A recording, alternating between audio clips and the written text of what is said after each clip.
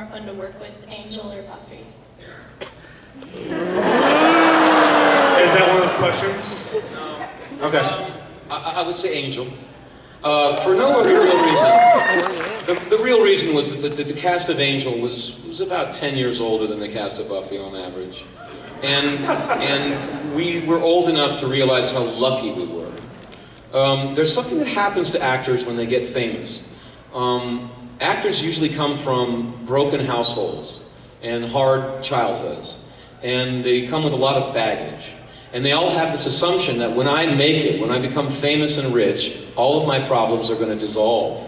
And I will finally be happy, right? And then they get on a TV show and they get money and they get fame and none of their problems go away and they go insane. And they realize there's nothing from the outside that's going to make me happy. And because I went through this myself. And you really start to lose your moorings a little bit. And it takes someone older than 30 to kind of hang on to the center of yourself through that.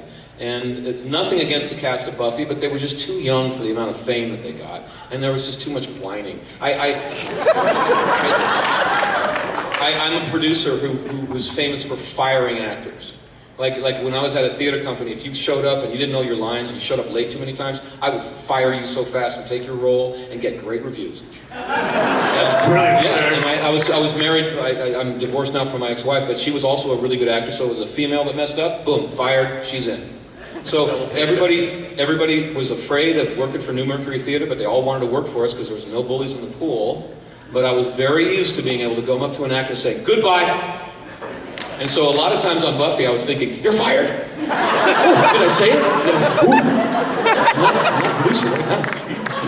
And so I never said it out loud, but I was thinking it all the time.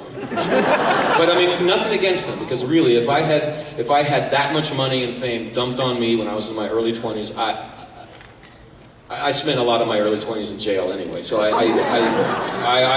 would have been horrible. So there's no judgment involved, but it was better to work with the Angel cast. All right, Dr. Horrible, what you got? I'm a big fan. I watch most of your stuff that isn't too inappropriate. Wait a minute, right there. What was inappropriate? He doesn't know. He doesn't know. Oh, you know what? Yeah, okay. See? Sorry, I forgot. Yeah, okay. And I've always wondered, what was your favorite character to do? Without exception, Spike.